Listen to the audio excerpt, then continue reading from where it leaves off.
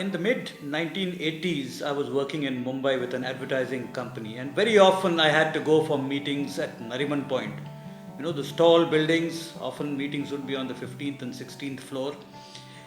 The times that I had to go for meetings alone, I had problems with the lift.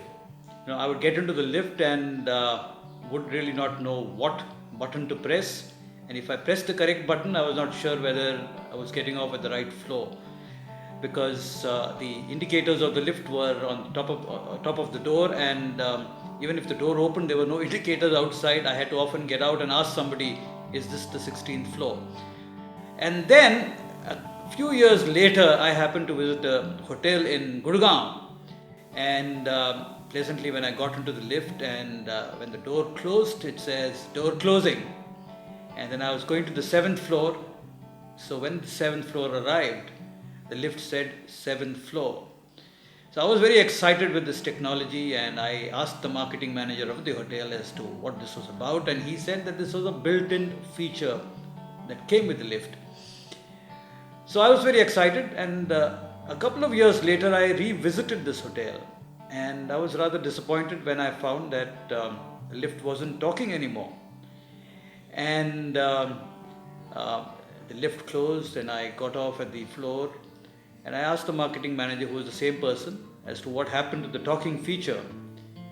And surprisingly, he said that some of the guests actually commented as to why this talking feature is necessary. Do you think we are idiots that we can't guess which floor we have to get off on? And the hotel conveniently switched it off. So this is actually a representation of the social attitudes or social perceptions, because people don't realize that there are different kinds of people who would use a facility. Another thing which I find very often is that the lift panel, where the lift buttons are, which indicates when you get into the lift, you have to press a particular button. Different lifts have different styles. Some have touch buttons, some have lighted buttons, some have big round buttons which have to be pressed. Sometimes the numbering starts from the top, sometimes the numbering starts from the bottom, sometimes there are two rows, but there is no standard format, and that's extremely confusing for a guy like me who's visually impaired. I've traveled around the world. I've also seen lifts where braille notations have been used, and braille is again something which some blind people know how to read, but most blind people do not know how to read braille.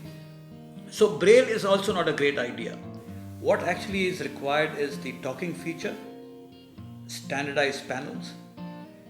This is not only going to be useful for people like me who are visually impaired, it's also going to be very useful for people who can't read. I am referring to illiterate people. They could be older people who use lifts, who also can't see. So when we are talking about accessible India, we're talking about digital India, these are some things that people need to keep in mind. When we design something for public use, I think it's very important that we think of all possible clients, all possible customers.